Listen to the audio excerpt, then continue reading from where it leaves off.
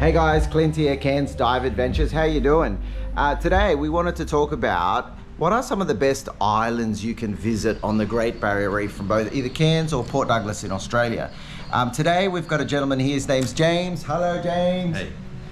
Now James works with one of the big groups of companies here in Cairns, and generally between the two of us we have a lot of knowledge on the whole region and the different areas. Now there's about 4 main islands out off of Cairns. You've got Green Island, you've got Fitzroy Island. South of Cairns you've got the Franklin Islands. North out of Port Douglas you've got Low Isles, and you've also got a little place called Michaelmas Cay. Now all of these things have their own certain attractions, and I'd say probably Low Isles off of Port Douglas is really quite famous because of how close it is to Port Douglas. So if you're staying in Port Douglas, definitely look at Low Isles. That's a beautiful day trip. And if you're coming down from Cairns, so Cairns is south of Port Douglas about an hour. We've got the international airport here. This is the big gateway to the Great Barrier Reef.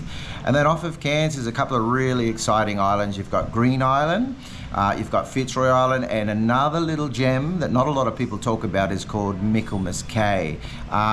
This is a little white sandy cay. It's actually out further past Green Island and Fitzroy Island. I think it's around 28 kilometers offshore, and I think it's got some nice features. What's at Michaelmas Cay, James? Yeah, so interesting that you kind of bring that up, because not many people know about Michaelmas Cay. The main thing for me is that you get to experience what we consider to be the Great Barrier Reef, what we'd consider the middle part of the Great Barrier Reef. Yeah. So you get the best of both worlds. The inner islands we consider to be the inner reef, where they're still great, but there's challenges with things like visibility. Yeah.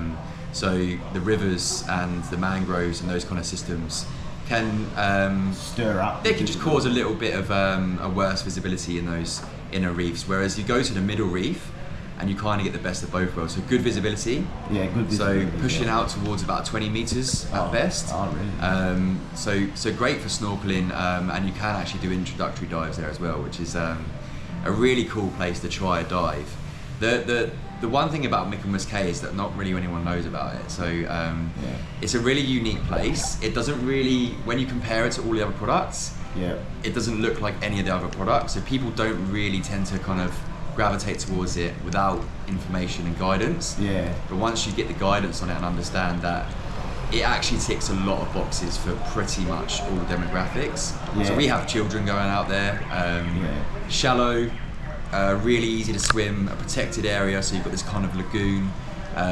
So great for entry-level swimmers or non-swimmers, but for those that are a bit more experienced swimming, you really can go and explore a huge amount of coral reef that you wouldn't necessarily get to do when you're just getting dropped at these outer reef products close to the continental shelf.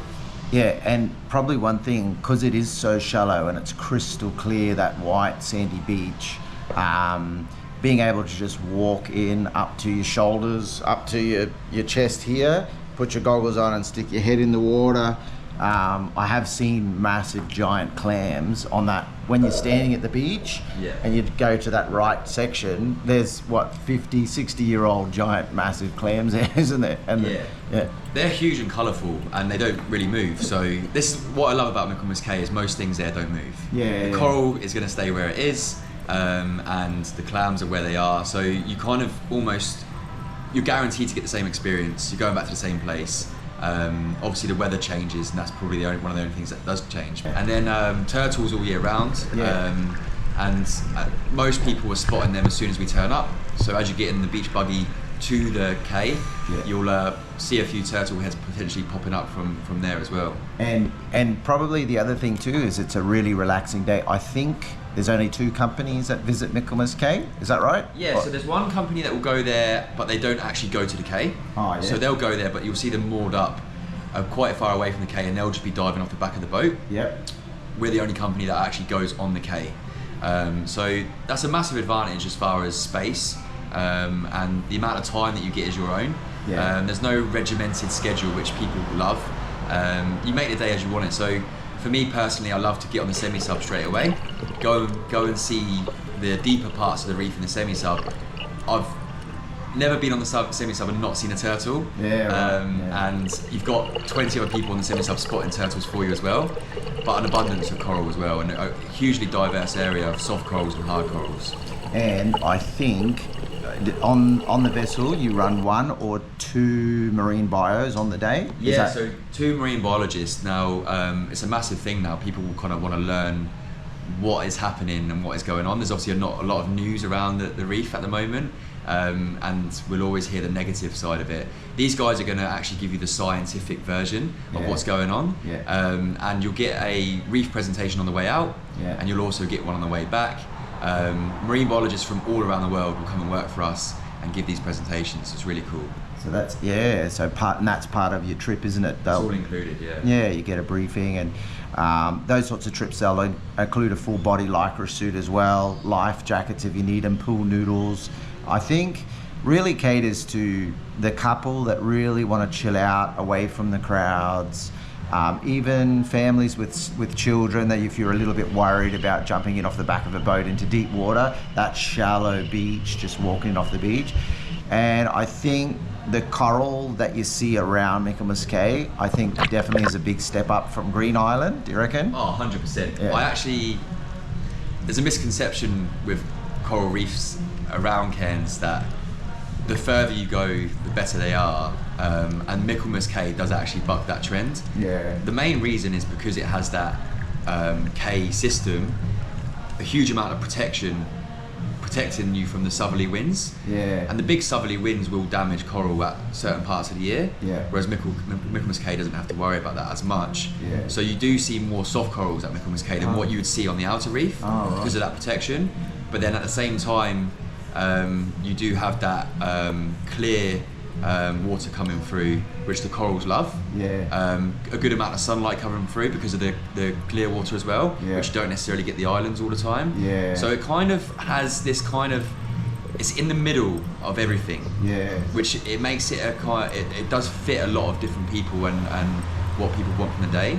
I would say couples 100%, but we've had groups go on there, we've had families go on there, older generations that will go on there, because you kind of can do it however you want. You can go and snorkel for 3 hours solid, or you can just go and dip your feet in the shallows and just observe what's going on from a real pristine, beautiful beach. So it ticks a lot of boxes for a lot of different people. Yeah, that's it. And I would say the vessel is a twin hull sailing boat, beautiful big sails up on the way home. I think wine and cheese on the way home. The food, we don't talk about the food too much, but it's amazing how many people come back from the trip talking about how much they love the food. And it's a highlight for some of them. Feedback about the cakes on the way back. All of this food is catered for by the Pullman, which is a 5-star hotel. So for some people, it is the best food they've had on their trip in Australia. And there's enough food all day long from start to finish, coffee and tea. But I personally eat twice. I'll go to the Cay and then I'll come back and eat again. The buffet stays out for a few hours. You can make it a real lazy day, or you can fill your boots. It is really up to you. Whereas other products that we have and other companies have is very regimented and scheduled because you have a real tight itinerary. This is a slow sailing trip, one stop. Make of it what you want. And if you've got someone that wants to dive, someone that doesn't even get in the water, they can still both have a great day in that group. Out on it, no, we do get a lot of really great feedback from people heading out to Michaelmas Cay, just that beautiful white sandy cay. I'll put some footage up online so you can see it, guys. So any questions, maybe get in touch. We can always talk about the Green Island, Fitzroy Island. There's Franklin Islands, which is south of Cairns as well. But I think if you're looking for a really beautiful day on the reef, out past the normal conventional islands, more coral, more reef, a lot of soft corals, clear water, and then a beautiful sailing experience like on a big twin hull cat. I think Michaelmas Cay could be a real catch for you. So anyway, I'll put some imagery up so you can get an idea. But anyway, I just wanted to say thank you, James. Thanks for your feedback today, buddy. My pleasure. Awesome. All right, stay tuned, guys, and don't forget to like and subscribe, and we'll see you soon. Bye.